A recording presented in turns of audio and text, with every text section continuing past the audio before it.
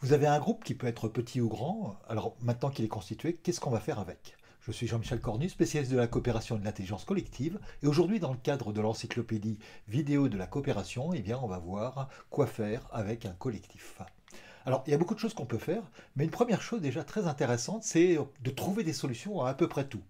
C'est la loi de Linus qui dit qu'en gros, quand le groupe est suffisamment grand, eh bien, on peut trouver toujours des solutions à peu près à tout, et il y a toujours quelqu'un qui a la solution. D'ailleurs, même s'il n'est pas dans le groupe, eh bien, c'est peut-être quelqu'un que connaît une personne du groupe, et donc finalement, eh bien, ça augmente énormément le nombre de chances de trouver une solution. Et puis ben, finalement, on peut aussi créer et partager des ressources en bien commun en faisant des ateliers, par exemple, pour produire des choses. Alors ça peut être des documents, ça peut être des vidéos, mais ça peut être aussi, pourquoi pas, des potagers ou je ne sais quoi. Et donc pour ça, je vous conseille déjà deux vidéos particulières dans cette partie. C'est comment développer les communs. Et puis ben, quand on va les partager, je vous conseille les licences Creative Commons. Alors vous allez voir que si vraiment vous dites, bon, non mais ça serait bien de partager, mais j'ai un petit peu peur comme de partager, parce que avec les licences Creative Commons, c'est pas des copyrights. Vous donnez l'autorisation de récupérer vos contenus, d'ailleurs comme ces vidéos actuellement, mais avec évidemment en citant la source. Eh bien, je vous conseille alors une autre vidéo qui est faites-vous copier pour mieux partager. Et vous allez voir comment le fait de vous faire copier, eh bien, ça va développer la visibilité de votre groupe. Donc il y a plein d'avantages à partager en commun pour vous et puis pour tous les gens évidemment avec lesquels vous partagez.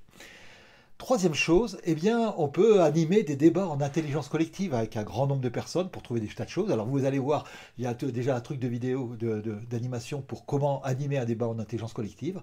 Et puis de façon un petit peu plus récente, eh bien, comment on peut utiliser même l'intelligence artificielle pour améliorer nos débats en intelligence collective. Et vous verrez même un exemple d'un débat en intelligence collective sur faisant reculer la guerre. Alors un sujet un petit peu compliqué, hein, comment faire reculer la guerre quand on n'a pas de pouvoir politique, économique ou médiatique. Donc pas une question très simple.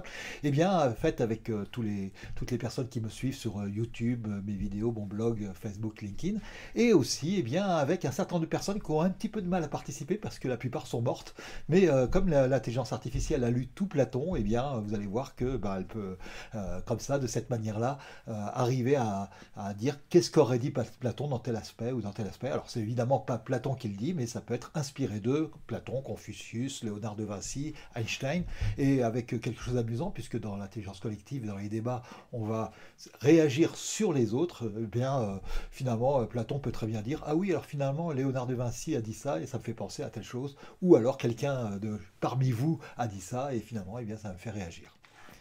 Et puis on peut faire aussi des choix à plusieurs, évidemment pour choisir. Et pour ça, vous avez ce qu'on appelle le rough consensus, hein, donc en anglais, et aussi le consentement, hein, c'est la même chose.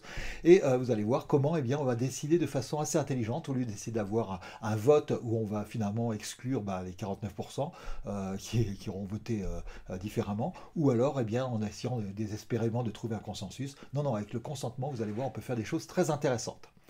Et puis, eh bien, on peut également faire apprendre ensemble. Et ça, c'est extrêmement puissant. Alors, je vous conseille déjà la première vidéo qui est apprendre ensemble avec la méthode Feynman. Richard Feynman, c'est le prix Nobel de physique, donc très célèbre, mais également est un incroyable pédagogue. Et vous allez voir qu'il expliquait qu'on comprenait bien quand on explique à un enfant de 12 ans. Alors, vous n'êtes pas obligé de faire un atelier avec que des enfants de 12 ans, mais avec vos collègues, vos amis, eh bien, vous allez voir que vous pouvez apprendre de façon extrêmement puissante et intéressante avec cette méthode. Et puis, ben, il y a aussi plein de façons d'apprendre. Alors, je vous conseille quelques-unes des autres méthodes, hein, comme comment on apprend entre les élèves d'une formation avec Pascal Roby, comment on apprend avec les cercles d'études suédois. Vous allez voir que c'est assez puissant aussi. Et puis, ben, une fois qu'on a appris, qu'on a suivi une formation, comment on peut favoriser la mise en œuvre après la formation, cette fois avec Gatien Bataille. Alors, à vous de jouer. À vous de jouer. Je vous propose de vous promener, comme d'habitude, dans cette partie pour aller chercher, alors soit les choses qui vous intéressent, soit vous promener un petit peu au hasard et puis trouver des petites pépites qui peuvent vous intéresser. N'hésitez pas à tester toutes les méthodes proposées et puis n'hésitez pas également à les adapter parce que des choses importantes, c'est pouvoir d'innover, d'apprendre, de tester des choses nouvelles, d'imaginer aussi. Et puis, bah, n'ayez pas peur. Hein. Quand on est dans un groupe, on peut très bien dire, ah oui, là, on essaie quelque chose de nouveau, les gens seront bienveillants. Et puis, bah, c'est une bonne façon d'innover et de trouver des très bonnes solutions.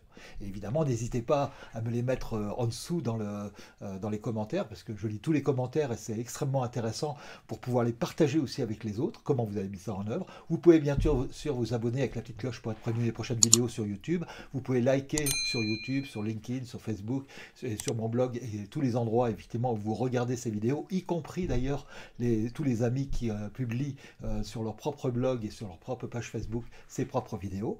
Et puis vous pouvez télécharger également mes conseils personnalisés, c'est-à-dire un livre dont vous êtes le héros, c'est-à-dire que je vais vous poser quelques questions et ça va vous orienter vers certaines parties de ce document. Et ces parties-là vont vous permettre d'avoir des conseils personnalisés pour votre groupe ou votre futur groupe pour avoir exactement ce qu'il vous faut pour pouvoir avancer. Et quant à moi, je vous donne rendez-vous la semaine prochaine pour un nouveau truc d'animation.